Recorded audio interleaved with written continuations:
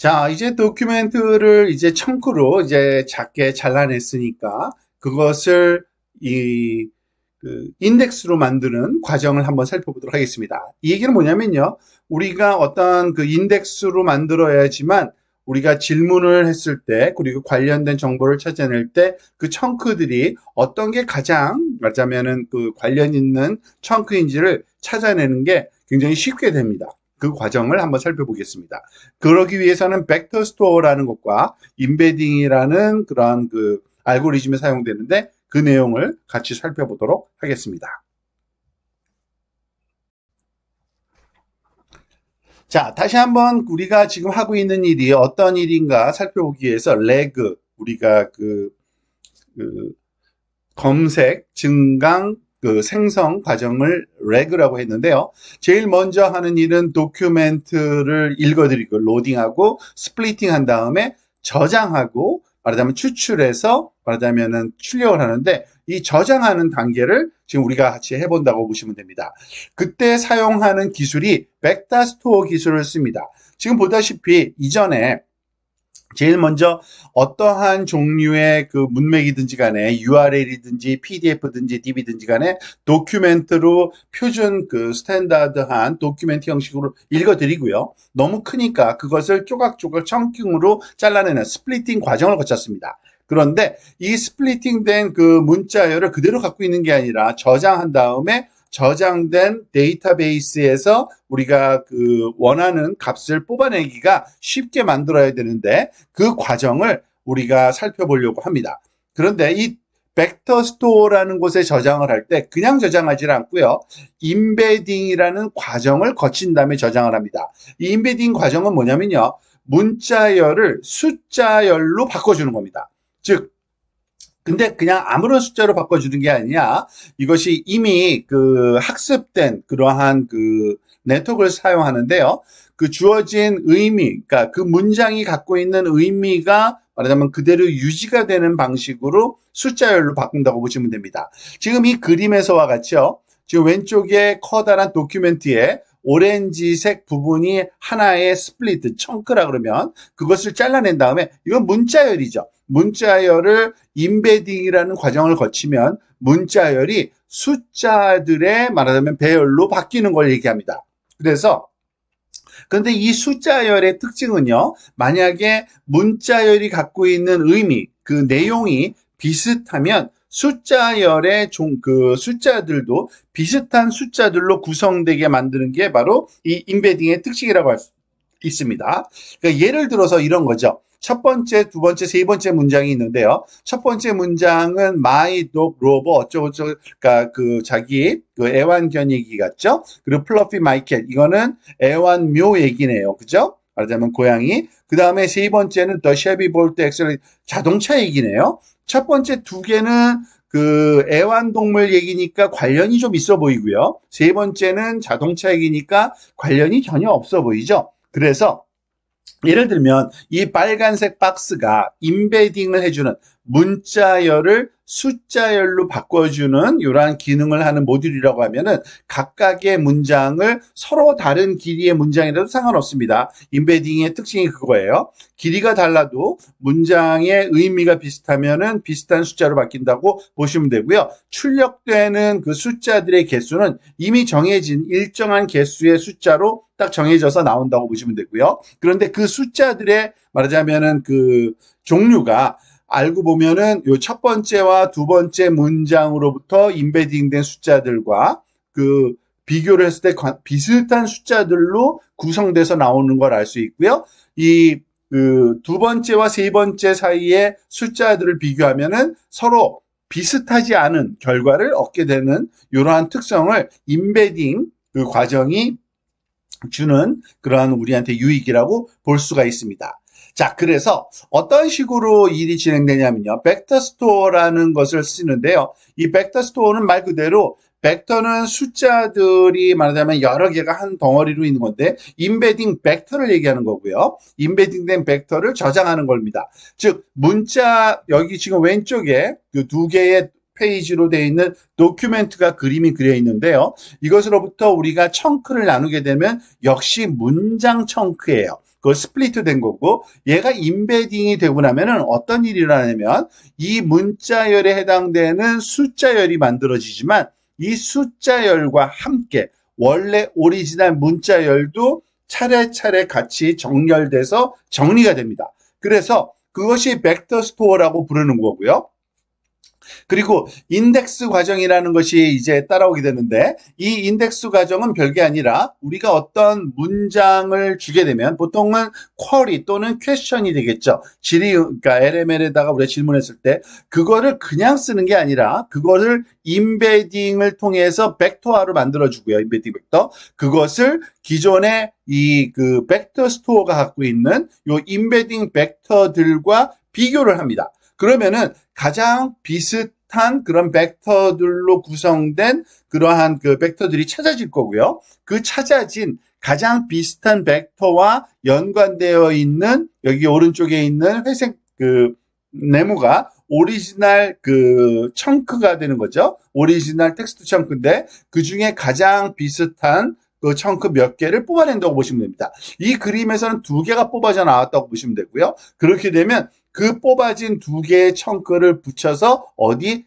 LML에 집어넣어서 컨텍스트로 활용할 수 있다. 그러면은 우리가 찾고자 하는 말하자면은 그 궁금했던 내용들이 여기에 다 들어있고 그걸 가지고 LML이 원하는 답변을 낼 수 있겠다라고 이해하시면 되는 겁니다.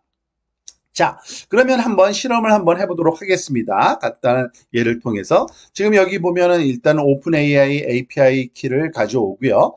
그리고 그 우리가 이미 앞에서 썼던 그 머신러닝 렉처, 말하자면은 PDF 파일을 이 로딩해서 우리가 그 소위 벡터 스토어로 임베딩 하는 과정 한번 살펴보도록 하려고 합니다. 자, 그런데 여기서 보면은 첫 번째는 렉처 01, 두 번째 렉처 01, 렉처 02, 01, 02, 03이 아니라 한 번 더 넣었죠, 01을. 그거는 일부러 일종의 노이즈 같은 것이 섞였을 때 어떻게 동작하는지 그것의 그 반응을 또 살펴보기 위해서 의도적으로 넣었으니까 나중에 그 효과도 한번 살펴보도록 하겠습니다.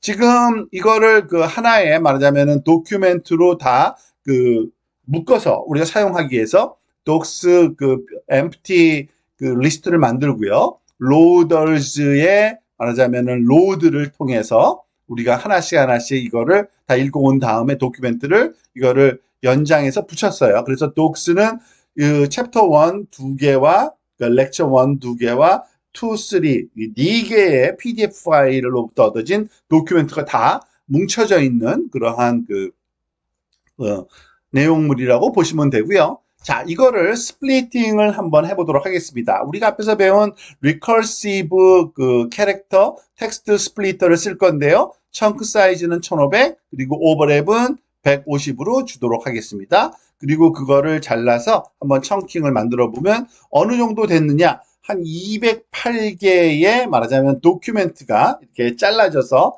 나왔겠죠. 당연히 여기서는 스플리트 도큐멘트를 썼습니다. 그러니까 결과물이 도큐멘트들의 말한 집합으로 나타날 거라는 걸 알 수 있고요. 그게 한 208개로 주어졌다는 걸 알 수 있습니다. 자, 그것을 직접 실험하기 전에 먼저 우리가 그 임베딩 벡터의 특징을 좀 알기 위해서 임베딩 벡터를 어떻게 비교해서 서로 유사한 걸 찾아내는지를 살펴보겠는데요.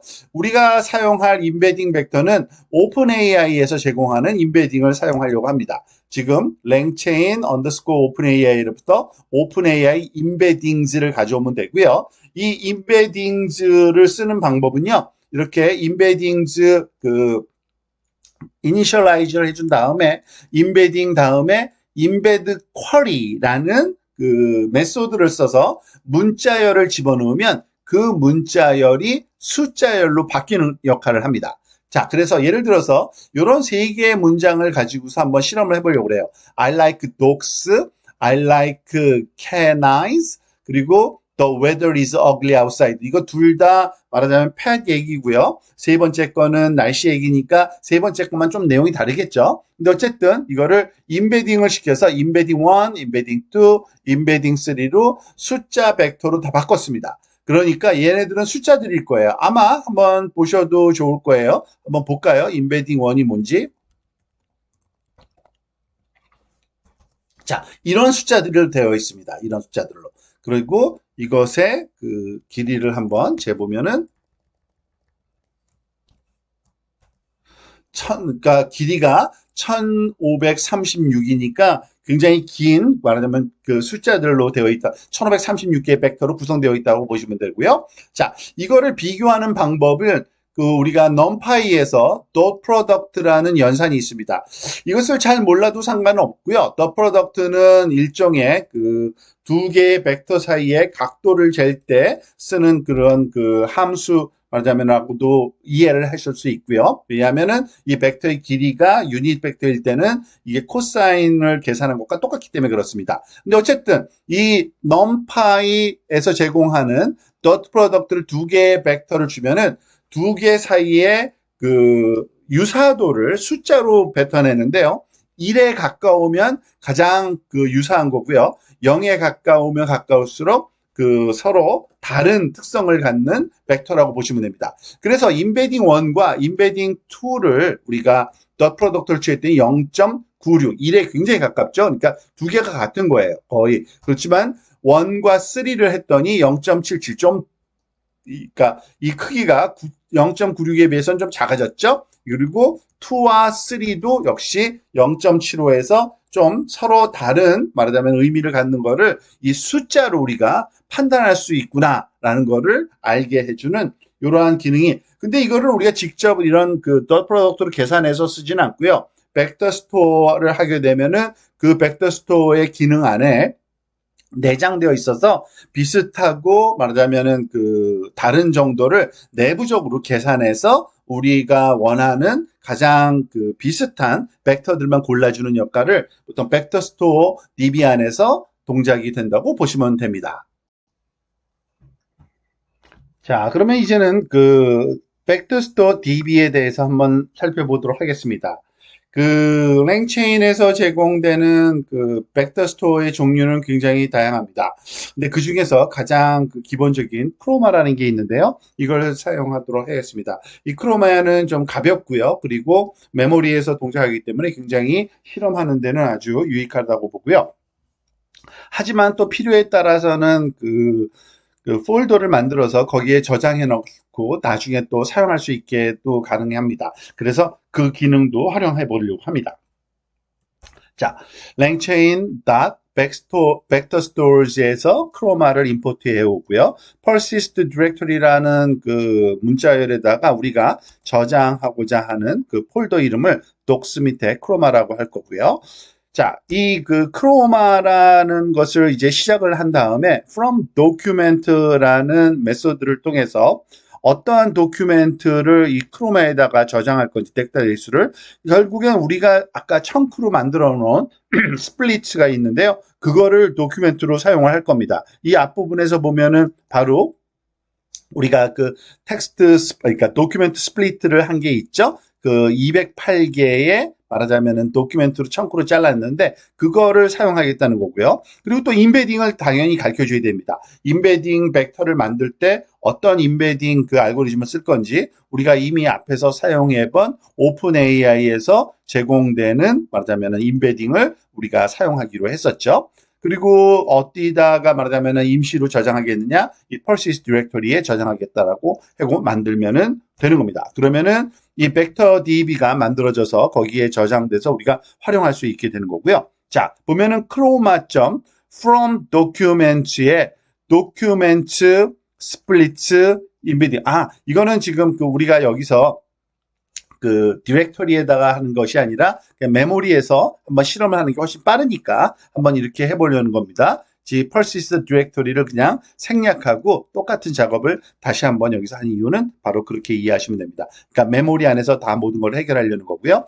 그래서 이 벡터 DB에서 도대체 그럼 몇 개의 말하자면은 그 임베딩 벡터가 만들어졌는지를 살펴보는 겁니다. 그런데 이렇게 할 수 있어요. underscore collections.count 여기서부터 collection은 그 테이블 또는 그 뭐죠? 그 벡터 DB에서는 그런 단위거든요. 하나의 행단이라고 보시면 되고요.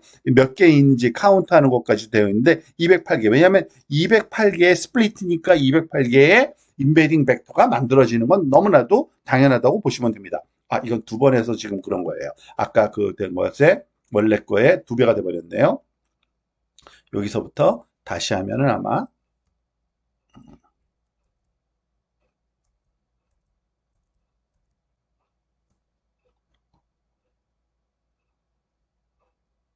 계속 늘어나네요. 그러니까 누적돼서 지금 그렇다고 이해하시면 되겠습니다. 제가 이거를 리프레시하는 방법을 잘 모르겠어요. 지금 여기서는 persist 그 디렉터리를 썼기 때문에 그런 것 같기도 합니다. 그거는 나중에 한번 실험을 하면서 여러분들이 확인해 보시기 바랍니다. 그러니까 208개가 정확한 말하자면은 그 벡터 DB 개수일 겁니다.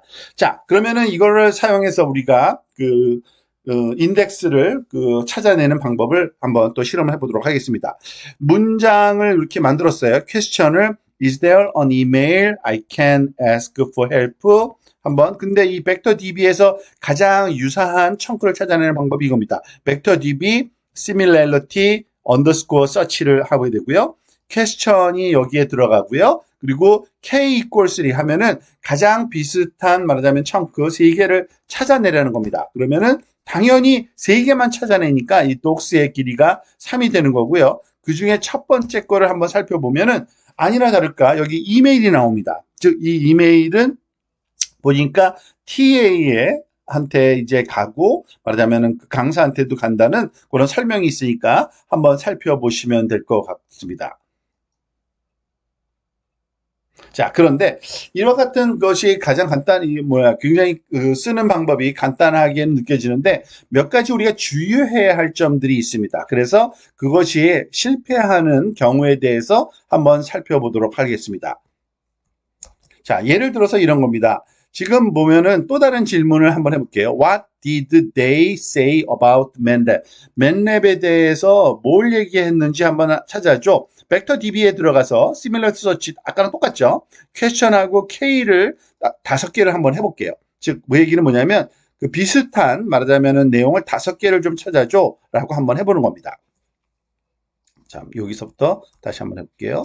다시 찾아줬고 자, 그런데 그 중에 지금 첫 번째 거를 지금 보고 있는데 이 첫 번째 거에 보면은 그 소스가 이렇게 머신러닝 lecture 1 PDF고 내용은 those homeworks will be done in either 맨랩. 맨랩 얘기가 나오네요. 그런데 이게 첫 번째 찾아낸 것의 말하자면 결과고요. 근데 두 번째 찾아낸 거를 봐도 똑같다는 걸 알 수 있습니다. 그 얘기는 뭐냐면 왜 그러냐면은 지금 이게 those homework will be done either 맨. 왜냐하면 우리가 일부러 아까 그 노이즈처럼 도큐멘트 lecture 1을 두 번 집어넣었죠. lecture 1을 2번. 그죠? 그러다 보니까 여기서도 그 첫 번째 lecture 1에서도 찾아지고 두 번째 lecture 1에서도 파일에서 찾아질 수밖에 없습니다. 그러니까 별로 그렇게 바람직한 게 아니에요. 비슷한 내용이 있으면, 똑같은 내용이 있으면 굳이 그거를 두 번에 말하자면 가장 유사한 걸로 찾을 필요가 없는 경우가 되는 거죠. 그래서 이런 경우를 피할 수 있으면 좋은데 그 방법은 다음 렉처의 섹션에서 한번 살펴보도록 하겠고요. 또 하나, 우리가 이런 그 오류도 있을 수가 있습니까? What did they say about the regression in the third lecture? 자, 보세요. 세 번째 강의에서 그 regression에 대해서 뭐라고 얘기했지 하고 질문을 한번 해볼게요. 자, 그런데 여기서 보면은요, 재밌는 거는 그 5개를 찾으라 그랬는데 5개를 찾아내고 보니까 세 번째 렉처에서는 3개를 찾고요.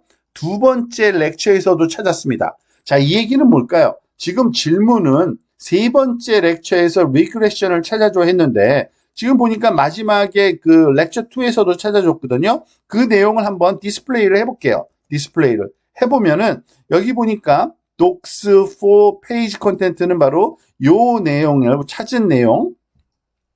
이거는 지금 doc스에서 그 찾은 그 청크의 메타데이터 부분만 본 거고요. 그 요번에는 컨텐트를 한번 살펴본 겁니다. 마지막 거를. 물론 여기서 그 리그레션 얘기가 나오기는 나옵니다. 어딘가에. 뭐마 찾아보면 나오실 거예요. 미니마이즈 리그레션 정확히는 바로 눈에 들어오지는 않네요.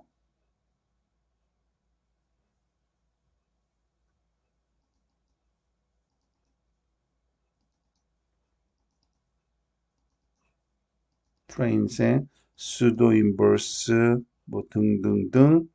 어딘가에는 regression이라는 단어가 아마 어딘가에는 있을 거는 같은데 정확히 눈에 들어오지는 제가 않네요. 한번 나중에 찾은 다음에 수업에서 다시 한번 설명드리도록 하겠습니다. 자, 그런데 이 얘기는 뭐냐면요. 여기서 중점적으로 본 거는 그 세 번째 렉처라는 거를 말하자면 스트럭처적인 문제인데 이 구조를 모른다는 겁니다. 말하자면 벡터 스페이스에서는 어느 게 세 번째 렉처인지를 모르는 거죠. 그리고 그냥 리그레션과 비슷한 게 있으면 무조건 찾아낸다고 보시면 되는데요. 한번 이거 다시 볼게요. 리그레션이 어딘가에 있을 것 같은데 아마 나중에 한번 찾아봅니다. 자, 그렇지만은 이와 같은 문제점들 말하자면은 스트럭처하고 상관없는 인덱스를 주거나 그 인덱스를 찾아줬는데 두 개의 내용이 똑같은 게 나올 수도 있고 이런 것들은 우리가 원하지 않는 그런 결과라고 볼 수 있고요. 이거를 좀 개선할 수 있는 좀 더 스마트한 말하자면은 그 리트리벌 하는 방법이 다음 렉처에서 좀 소개되도록 우리가 되어 있으니까 그때 가서 살펴보도록 하겠습니다.